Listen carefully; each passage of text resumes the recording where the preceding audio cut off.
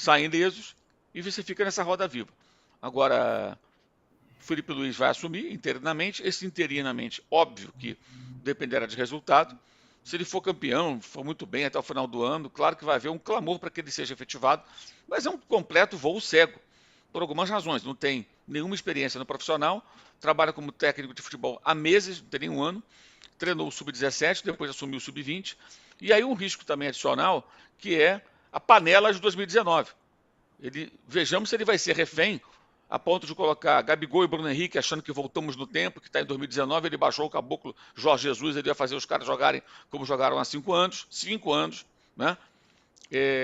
Se ele vai bancar o Arrascaeta incondicionalmente, ou pode até barrar, porque se arrasta em campo e ninguém investiga, questiona, para valer o que acontece com esse rapaz há 2 temporadas pelo menos jogando mal fisicamente, sempre mal fisicamente, com raros momentos em que ele está bem, e por aí vai. Essa é a grande questão também do Felipe Luiz. Ele vai ser refém dos seus parceiros de 2019 ou será um técnico totalmente independente que vai escalar aquilo que ele está enxergando que é o melhor para o momento?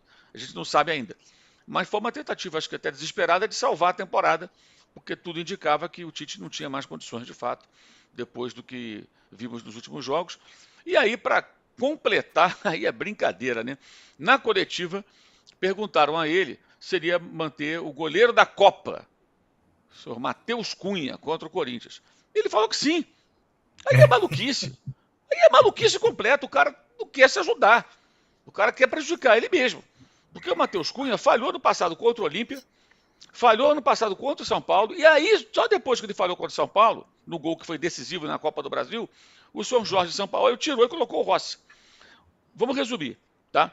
O Flamengo contrata o goleiro do Boca Juniors, acostumado a jogar na pressão. Vai jogar no Caldeirão muito pior do que foi esse agora, lá em Montevidéu, que foi no Paraguai, Defensor del Chaco. Torcida, atmosfera, mas muito mais forte, muito mais intensa do que foi nesse jogo agora. E aí ele põe um garoto, que há pouco tempo era da base, que falha nos gols. Mantém. Aí perde a Copa do Brasil por conta de um gol, uma falha dele do Ayrton Lucas, no gol do São Paulo no Maracanã. Aí no último jogo ele põe um goleiro que veio do Boca Juniors. Aí o Tite inventa essa coisa de goleiro da Copa, que na Europa existe, porque na Copa, o goleiro da Copa, o zagueiro da Copa, o lateral da Copa, o centroavante da Copa, que todos são reservas, pô. Ou um ou outro que não é reserva. A maioria é reserva. O goleiro, vai você também para ter ritmo de jogo, já que nessa competição eu ponho um time B.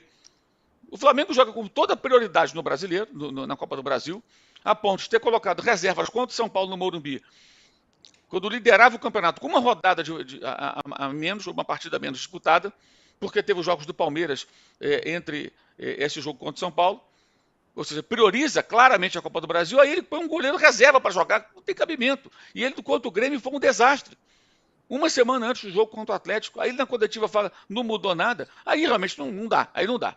Aí não dá. Se não mandasse embora, alguém teria que conversar com ele. Tite, o que é isso? Por que essa ideia? Chega pro rapaz e fala, você não está bem, você falhou, vamos mudar o interesse do clube em primeiro lugar. Mas não ficar agarrado a esses conceitos. Não, eu prometi, eu falei, não existe isso. Eu não sei, não apurei nada ainda a respeito de detalhes, acordei há pouco, né, ontem trabalhei até tarde, acordei para fazer o programa, senão estava dormindo até agora. Então, vamos tentar descobrir se isso pesou ou não nessa decisão de mandar ele embora. Eu acho que não, porque antes já estava encomendada a demissão. Talvez tenha sido chamada a gota d'água. Né? Alguém, peraí, ainda tem isso, porque não tem sentido. Não tem sentido. O Tite também não se ajudou nesse final. Agora, o Felipe Luiz é um voo cego. É um voo cego, é um tiro no escuro para ver o que vai acontecer. É mais um sinal de desespero, aleatoriedade e falta de planejamento na gestão do Rodolfo Landim, que toda vez que deu certo foi por acaso. Nada foi planejado, tudo foi por acaso, até com os técnicos que funcionaram. Ou alguém achava que o Dorival, que veio do Ceará, ia ser campeão. Ou alguém conhecia para valer o Jorge Jesus. Ou quando o Ceni substituiu, na época, o Domênico Torrente, esperava que ele fosse campeão brasileiro. Ninguém tinha certeza. Sempre foi uma tentativa e erro, zero planejamento. Zero. A gestão inteira dele, 6 anos. Olha, aqui o Mauro falou sobre a questão do Matheus Cunha. O Ezio aqui fala, a declaração da manutenção do Matheus Cunha para a Copa do Brasil, colocando suas convicções acima do Flamengo, foi crucial para a demissão. E aí, Trajano, vou para você porque tem uma mensagem do Lucas Pereira aqui, fazendo a seguinte pergunta. Não sei se você conhece essa pergunta, se já ouviu alguém fazer ela. Trajano, qual é a hora de mandar o técnico embora? Pergunta do Lucas Pereira. Essa é boa. Eu sempre. Bom dia, boa tarde, boa noite para todos. Eu sempre me pergunto isso. Faz tempo, né, Juca? Faz tempo que a gente vem lá de longe. Mas depois que você vê a torcida vaiar o sujeito o tempo inteiro e vaiar mesmo com a vitória, está decretada a morte do treinador. Depois vem essa coletiva aí daí, com o negócio do Matheus Cunha e tal. Mas a pressão da torcida foi tão forte. Primeiro, foi muito pouca gente. A torcida do Flamengo foi o pior público do Flamengo, né? Dos últimos tempos no Maracanã. Aí a torcida vai o tempo inteiro, e mesmo com uma vitória, vamos dizer, heróica, feito ao apagar das luzes, ali o Jefferson e tal, continua vaiando, continua xingando. Então, a hora de mandar o técnico embora, no caso, o Tite, era no vestiário. Antigamente era assim, né? Sempre era demitido do vestiário.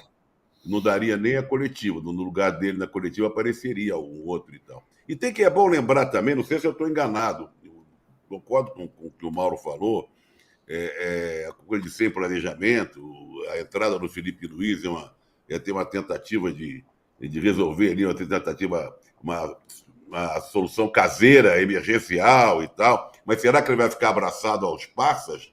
Que ele foi passa até recentemente, né? Ou vai ter personalidade, firmeza, mesmo sendo interino, de impor o que ele quer, de barrar muita gente, que muita gente tem que ser barrada e afastada e colocada à venda, ou sei lá o quê, que não dá para jogar no time titular do Flamengo. O primeiro tempo, quem dirigiu o time foi o Titinho, na beira do campo. O Tite ficou sentado lá ao lado do Kleber, e quem dava instrução e mostrava aquela prancheta ou sem prancheta, no PVC ou não, era o filhote. Filhote não, filhão, né? Porque é grande para chuchu. Então, essa coisa que qual é a hora de mandar o técnico embora? Que é uma pergunta que eu me faço e faço há muito tempo. Não sei responder. Mas há horas que você sente que é a hora. E no caso do Tite, tinha chegado a hora, principalmente depois. Eu poucas vezes vi isso. Que eu já vi muitas vezes, e até fico meio assim, confuso com essa situação, é o time perder e ser aplaudido. Agora, o time ganhar e ser vaiado é que a situação já não dava mais. Essa é a questão. A situação já estava enroscada. Juca Kfouri. Oi, fala, Mauro. Só uma curiosidade. Em 2019, Abel Braga não foi demitido, ele pediu demissão, mas foi após um jogo contra o Atlético Paranaense com vitória e vaias ao técnico, igualzinho. Mesmo adversário, só que na ocasião o próprio Abel pediu desligamento e foi embora. Curiosamente, dois técnicos mais experientes que também não funcionam no Flamengo, Juca. E a pergunta que eu faço é sobre o Tite também. A sua volta ao futebol brasileiro, eu diria que, pelo menos o primeiro passo dado, e foi muito bem planejado, vou voltar em outubro para planejar o time, vou para o melhor time do Brasil, mais rico, não sei o quê, foi um fracasso. Ô, Juca, só um minutinho. Eu esqueci de perguntar. Qual é a enquete mesmo, hein? A enquete é para quem que é boa a saída... Não, se o Flamengo vai... Sem o Tite, o Flamengo vai o quê? Vai melhorar, piorar, ficar na mesma, ou ele não é culpado? O que você acha que está dando, Trajano? Não acho nada. O Juca com a palavra, depois eu falo. Então vai, Juca. Bom, bom dia, boa tarde, boa noite. Diante de tamanha audiência, queremos 7.500 likes para começar. Eu acho que nada muda no Flamengo se quem chegar ao Flamengo agora, como o Felipe Luiz está chegando, não mexer na panelinha. Porque eu até recomendo que se veja no meu blog um texto que o André Kfouri, não sei se vocês conhecem, escreveu para o site da ESPN, mostrando que, fundamentalmente, o Jorge Jesus chegou ao Flamengo e estabeleceu no Flamengo um regime de disciplina e cobrou que deu o resultado que deu. Além, evidentemente, de pegar quase essa geração de jogadores, né, ou alguns deles, 5 anos atrás, né, que faz grande diferença.